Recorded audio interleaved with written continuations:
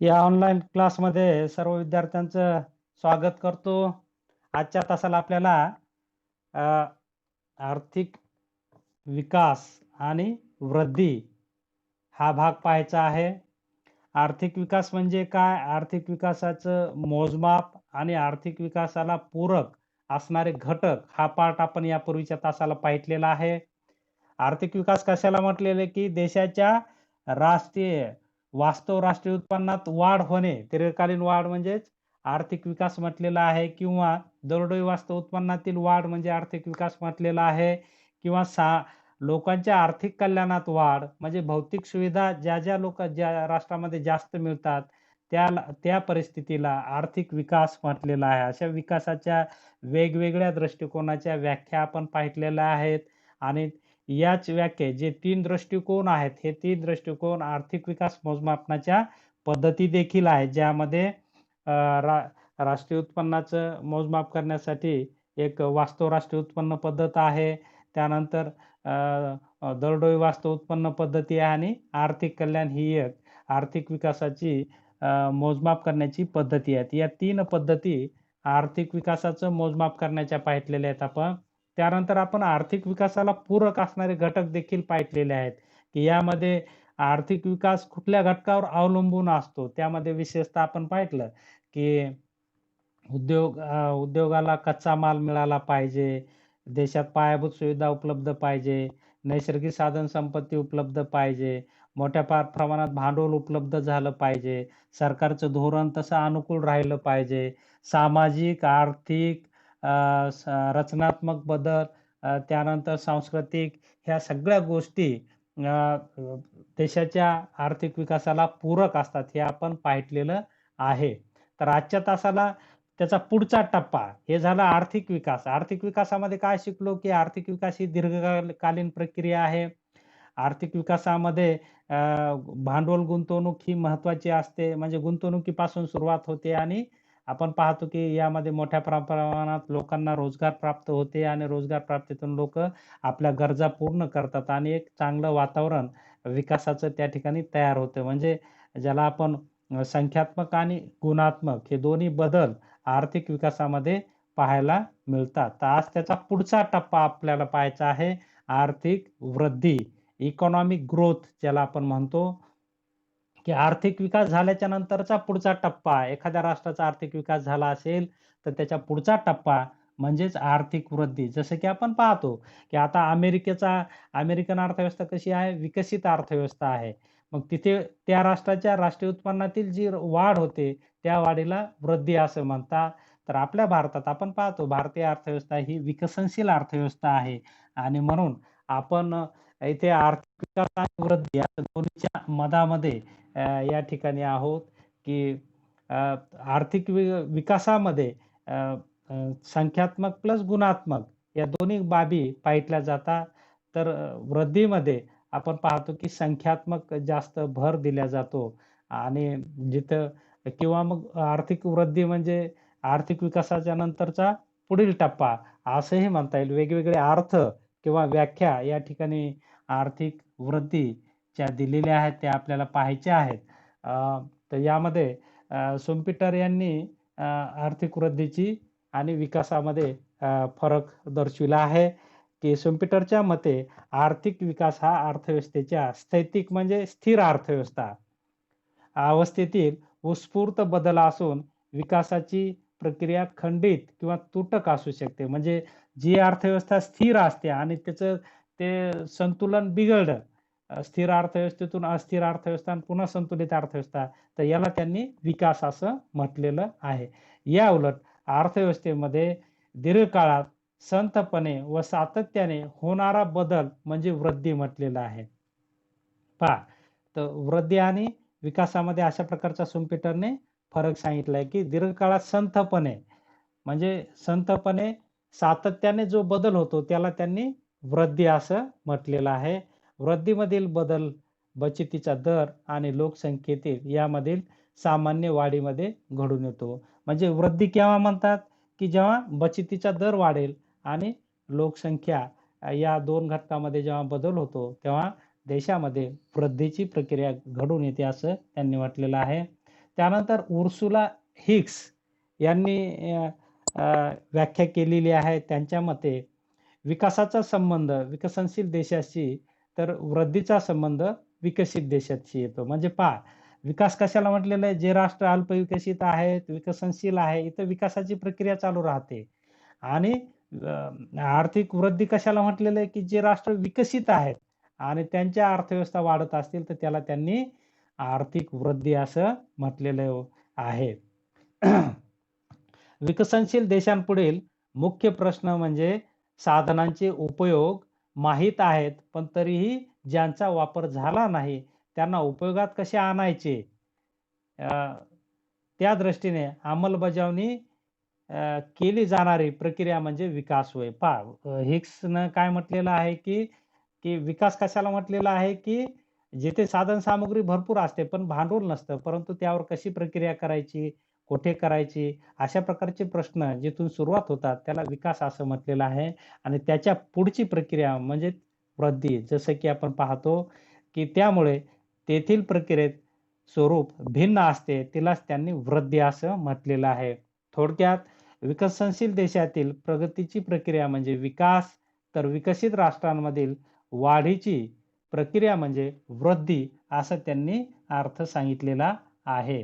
त्यानंतर जे.के. मेहता यांची व्याख्या आहे. त्यांच्या मते आर्थिक विकासाच्या प्रक्रियेत होणारे बदल गुणात्मक स्वरूपाचे असतात. पहा, म्हणजे विकास कशाला म्हटलंय? जिथं गुणात्मक क्वालिटेटिव्ह ज्याला आपण म्हणूया. गुणात्मक बदल जिथे होतात त्याला आर्थिक विकास म्हटलेलं आहे. तर वृद्धीच्या काळात होणारे बदल हे मात्रात्मक स्वरूपाचे म्हणजे संख्यात्मक क्वांटिटेटिव्ह ज्याला आपण म्हणूया हे असतात. विकसनशील देशातील उपलब्ध साधने, तंत्रज्ञानाची पातळी इत्यादी विचारात घेता तेथे वेगवान विकासासाठी गुणात्मक बदल आवश्यक ठरतात. परंतु विकसित देशात मात्र हे घटक आधीच प्रगत असल्याने मुख्य प्रश्न वाढीशी निगडीत असतो व त्यामुळे तेथील बदल हे प्रामुख्याने मात्रात्मक असतात. म्हणजे विकसित अर्थव्यवस्था ज्या असतात त्या तेथील बदल कसे असतात? हे वृद्धी दर्शविणारे असतात. जे अल्पविकसित आणि विकसनशील राष्ट्र आहेत, येथील बदल कसा असतो? हा विकासात्मक असतो, गुणात्मक असतो.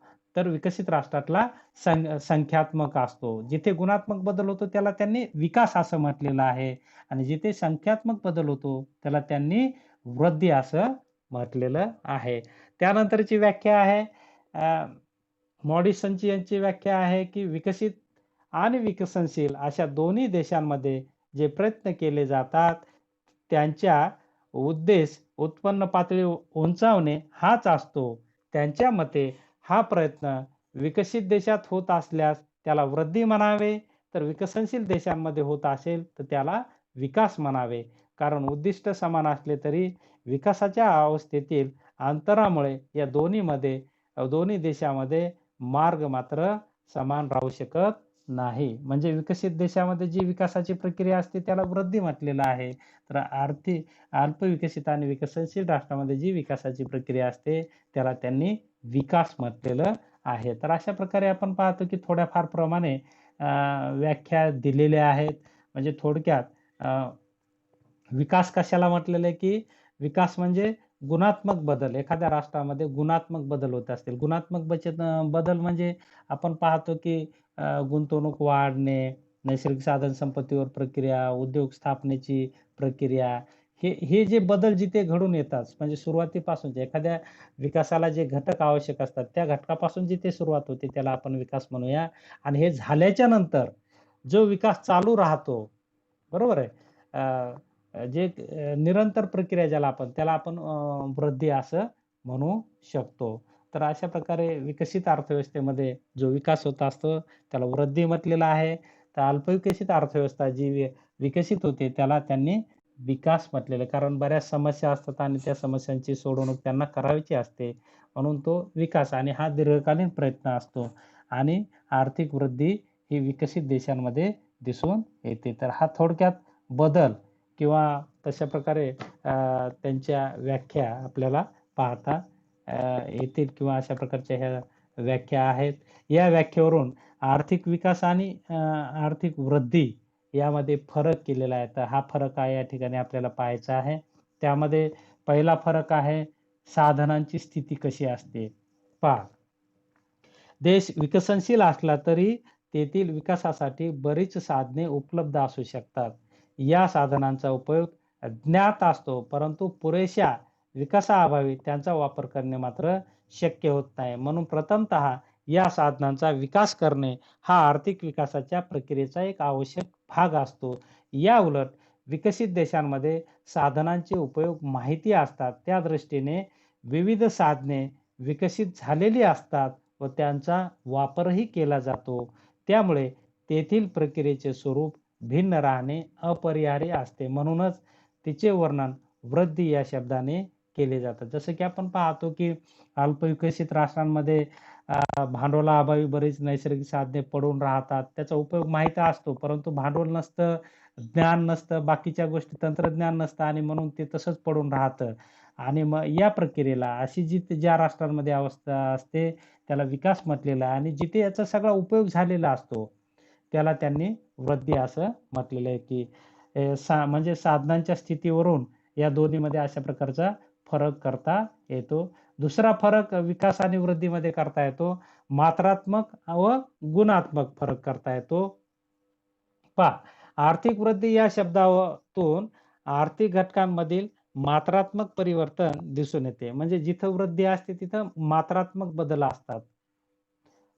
क्वांटिटेटिव्ह ज्याला आपण म्हणूया. अ, त्यानंतर विकसित देशात आदान म्हणजे इनपुट्स ज्याला आपण म्हणूया, की उत्पादनाचे घटक उपलब्धता जास्त असल्यामुळे उत्पादनात वाढ होत असते. म्हणजे आदानं जास्त असतात. आदानं म्हणजे उत्पादनाचे घटक. भूमी, श्रम, भांडवल, संयोजक किंवा अ, जे उत्पादन प्रक्रियेसाठी जे घटक लागतात ते तिथे भरपूर प्रमाणात उपलब्ध असतात आणि ते सहजरित्या उपलब्ध करण्यासारखी अनुकूल स्थिती असते आणि त्यामुळे त्यांचं तिथं उत्पादन वाढतं. तसेच त्यांची कार्यक्षमता देखील चांगली असते. उच्च कार्यक्षमता स्तर उच्च असल्याने आदानांच्या प्रति मात्रेसाठी उत्पादनात होणारी वाढ जास्त असते. हीच परिस्थिती विकसनशील देशात नसते. म्हणून विकसित देशातील प्रक्रियेचा वेगळेपणा म्हणजेच वृद्धी या शब्दात व्यक्त होतो.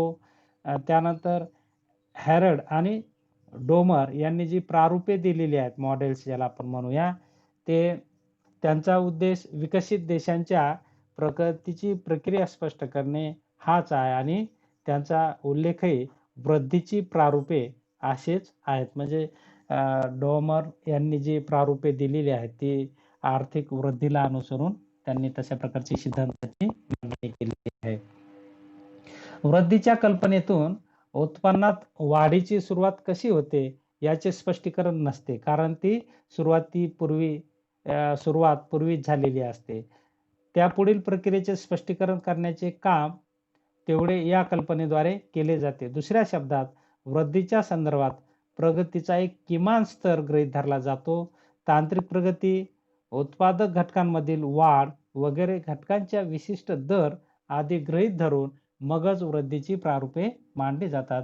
परंतु जे घटक विकसित राष्ट्रांसाठी स्वाभाविकपणे गृहीत धरता येतात तेच घटक विकसनशील देशांसाठी जास्त महत्त्वाचे ठरतात, कारण तेवढ्या प्रगतीच्या अभावी तेथे गुणात्मक परिवर्तनाची गरज आधी असते. या फरकामुळे वृद्धीच्या प्रारूपाचा उल्लेख श्रीमंत राष्ट्राचे सिद्धांत असा केला जातो. म्हणजे आपण पाहतो की वृद्धीची सुरुवात, आर्थिक वृद्धी ही विकासाच्या नंतरची प्रक्रिया आहे आणि ती कशी असते? संख्यात्मक असते असं आपल्याला म्हणता येईल. त्यानंतर तिसरं फरक दाखवलेला आहे की विकासाची अवस्थेवरून आर्थिक विकास आणि वृद्धीमधील फरक आपल्याला करता येतो. त्यामध्ये त्यांनी दिलेलं आहे की वृद्धीचा संबंध विकसित अर्थव्यवस्थेशी, तर विकासाचा संबंध विकसनशील अर्थव्यवस्थेशी जोडण्यात येतो. म्हणजे विकसनशील अर्थव्यवस्थेमध्ये विकासाच्या अनुषंगाने जे प्रयत्न केले जातात तो त्या देशाचा विकास असतो. तर विकसित अर्थव्यवस्थेमध्ये विकासाच्या अनुषंगाने जे प्रयत्न केले जातात त्याला वृद्धी असे म्हणतात. हाही फरक आपल्याला सांगता येईल विकासाच्या अवस्थेच्या बाबतीत. त्यानंतर प्रक्रियेचे स्वरूप यावरूनही या दोन्हीमध्ये आपल्याला फरक करता येतो. विकसित व विकसनशील अशा दोन्ही देशात प्रगती सुरू असते, पण त्या प्रक्रियेचे स्वरूप मात्र भिन्न असते. विकसनशील देशांपुढील प्रश्न, निरनिराळ्या त्रुटी, प्रगतीचा निम्न स्तर इत्यादीमुळे तेथील प्रक्रिया स्वयंस्फूर्त व तुटक अशी राहील. याउलट विकसित देशांमध्ये अनेक गोष्टींची उच्च पातळी आधीच साध्य झालेली असल्याने ही प्रक्रिया संथपणे, सातत्याने चालणारी व दीर्घकालीन स्वरूपाची असते. म्हणजे थोडक्यात आपल्याला म्हणता येईल की अ, विकसनशील अर्थव्यवस्थेमध्ये अनेक प्रकारच्या समस्या असल्यामुळे तर विकासामध्ये अनेक अडथळे येतात आणि त्यामुळे त्याला त्या स्थितीला त्यांनी विकास म्हटलेला आहे. परंतु जिथे अडथळेविना प्रगती होते त्याला त्यांनी आर्थिक वृद्धी अशी म्हटलेलं आहे आणि अशा प्रकारची स्थिती विकसित राष्ट्रांमध्ये असलेली आपल्याला दिसून येते. तर प्रक्रियेवरूनही या दोन्हीमध्ये आपल्याला फरक करता येतो. त्यानंतर साधनाच्या वापरावरूनही दोन्हींमध्ये फरक करता येतो, की विकसनशील देशांतील कमी विकासामुळे उपलब्ध साधनांचा वापर न होता ते पडून राहतात. म्हणून त्यांचा विकास करणे, त्यांच्या उपयोगासाठी तांत्रिक ज्ञान संपादन करणे, उत्पन्न वाढविणे असा प्रयत्न आर्थिक विकासात करावा लागतो. परंतु विकसित देशात ही साधने आधीच वापरात असतात. तांत्रिक ज्ञानाची पातळी उच्च असते. त्यामुळे या साधनांचे कार्यक्षम रीतीने पुनर्वितरण कसे करावे हा मुख्य प्रश्न असतो. तर ते वृद्धी या नावाने विवेचन येते. तर थोडक्यात आपण पाहतो की आर्थिक विकास म्हणजे सुरुवातीची अवस्था आणि आर्थिक वृद्धी म्हणजे आर्थिक विकासाच्या नंतरची अवस्था, जी की विकसित राष्ट्रांमध्ये जे राष्ट्रीय उत्पन्नात वाढ घडून येते त्याला आर्थिक वृद्धी असे म्हणतात आणि विकसनशील राष्ट्रांमध्ये किंवा अल्पविकसित राष्ट्रांमध्ये जिथे समस्या आहेत किंवा विकासात अडथळे निर्माण होतात, या ठिकाणी जो राष्ट्रीय उत्पन्नात वाढ घडून येते त्याला किंवा अर्थव्यवस्थेचा विकास घडून येतो त्याला विकास असं आपल्याला म्हणता येईल. तर अशा प्रकारे जिथे तुटक स्थिती असते त्याला विकास म्हणतात आणि जिथं कंटिन्युअस स्थिती असते म्हणजे सातत्य असतं विकासामध्ये त्याला आर्थिक वृद्धी असं आपल्याला म्हणता येईल. त्यानंतर निर्देशनाची गरज हा एक मुद्दा फरकामध्ये आपल्याला सांगता येईल. या दोन्हीमध्ये फरक करताना विकसनशील अर्थव्यवस्थेमध्ये सरकारला अनेक बाबतीत मार्गदर्शन किंवा निर्देशन करावे लागते. कारण एखादा निर्माण झालेल्या वाढीच्या प्रेरणा अशा निर्देशनाशिवाय टिकणे किंवा योग्य वळण घेणे कठीण असते. त्यामुळे विकासाच्या प्रयत्नासाठी निर्देशनाची गरज जास्त राहते. विकसित देशात मात्र वाढीच्या प्रक्रियेला स्वतःची एक गती प्राप्त झालेली असल्याने ती एक प्रकारे स्वयंस्फूर्त स्वरूपाची असते. तिला निर्देशनाची फार गरज भासत नाही. म्हणजे आपल्याला सांगता येईल की आर्थिक वृद्धी ही आपोआप चालणारी प्रक्रिया असते. तर विकासासाठी प्रयत्न करावे लागतात, नियोजन करावं लागतं. म्हणून विकासासाठी निर्देशनाची गरज असते, तर आर्थिक वृद्धीसाठी त्याची गरज नसते. हाही एक फरक या मुद्द्याच्या सहाय्याने आपल्याला करता येईल. त्यानंतर फरक आपल्याला करता येईल की क्रम. क्रम देऊन हा फरक करता येतो, की देश आधी अविकसित असतो. नंतर त्याची विकसनशील अवस्था येते व शेवटी तो विकसित होतो. असा क्रम दिलेला आहे. म्हणजे अल्पविकसित किंवा अविकसित, विकसनशील आणि विकसित असे 3 टप्पे जो क्रम असतो देशाच्या विकासाचा. आपण पाहिलं की रोस्टने देशाच्या आर्थिक विकासाचे टप्पे दिलेले आहेत. जे साधारणपणे जागतिक पातळीवर आपण पाहतो की राष्ट्रांमध्ये जी जागतिक पातळीवर राष्ट्र आहेत त्याच्यामध्ये 3 प्रकारचं वर्गीकरण केलं जातं. अविकसित, विकसनशील आणि विकसित असा जो क्रम आहे, हा क्रमच आपल्याला आर्थिक विकास आणि वृद्धीमधील फरक दर्शवितो असं आपल्याला म्हणता येईल. हा क्रम विचारात घेतल्यास आर्थिक विकास आधी व नंतर वृद्धी असेच म्हणावे लागते. देशाच्या स्वयंप्रेरित विकासासाठी आधी गुणात्मक व रचनात्मक बदल आवश्यक असतात. जे विकसनशील देशात केले जातात. त्यांची मीमांसा आर्थिक विकासात होते. तर हे बदल झाल्याच्या नंतर पुढचा मार्ग बराच सुरळीत असतो व त्यातील बदल वृद्धीद्वारे सांगितले जातात. एका दृष्टीने चढ पार केल्यानंतर पुढील सपाट रस्त्यावर निश्चितपणे चालणे त्याला वृद्धी असं म्हणता येईल. म्हणजे चढाचा जो पार्ट आहे तो विकासाचा भाग म्हणता येईल आणि सपाट प्रदेश जो असतो, जो मार्ग असेल त्याला वृद्धीचा भाग म्हणता येईल. अशा प्रकारे एक उदाहरण देऊन या ठिकाणी दोन्हीमधील फरक करण्याचा प्रयत्न केलेला आहे. थोडक्यात आपण पाहतो की दोन्ही संकल्पनामध्ये म्हणजे अ, बारकाईने जर आपण अभ्यास केला तर दोन्हीमध्ये बऱ्याच प्रमाणात फरक असलेला आपल्याला दिसून येतो. तर फरकाचे हे 7 मुद्दे या ठिकाणी आपल्याला पाहावयास मिळतात. यावर परीक्षेत नेहमी प्रश्न असतो. आर्थिक वृद्धी म्हणजे काय? आर्थिक विकास आणि वृद्धीमधील फरक स्पष्ट करा. तर त्या अनुषंगाने आजचा हा टॉपिक महत्त्वाचा आहे. थोडक्यात आर्थिक विकास म्हणजे विकसनशील किंवा अल्पविकसित राष्ट्रांमध्ये विकासाची जी प्रक्रिया असते त्याला आर्थिक विकास असं म्हटलेलं आहे किंवा विकास असं म्हटलेलं आहे. त्यानंतर आर्थिक वृद्धी म्हणजे विकसित राष्ट्रामध्ये अ, विकासाच्या अनुषंगाने जी गती असते किंवा जो वेग असतो किंवा जो उत्पादन वाढतं त्याला त्यांनी आणि जे स्वतंत्र आणि स्वयंस्फूर्त असतं त्याला त्यांनी आर्थिक वृद्धी असं म्हटलेलं आहे. म्हणजे हा देशाचा विकास हा पहिला टप्पा, तर वृद्धी हा पुढचा टप्पा असतो. हे आपल्याला यावरून आजच्या तासाला लक्षात येते. आपण सर्वजण या ठिकाणी उपस्थित झालात, शांततेने ऐकून घेतलं त्याबद्दल आपल्या सर्वांचे आभार व्यक्त करतो आणि या ठिकाणी थांबतो. धन्यवाद.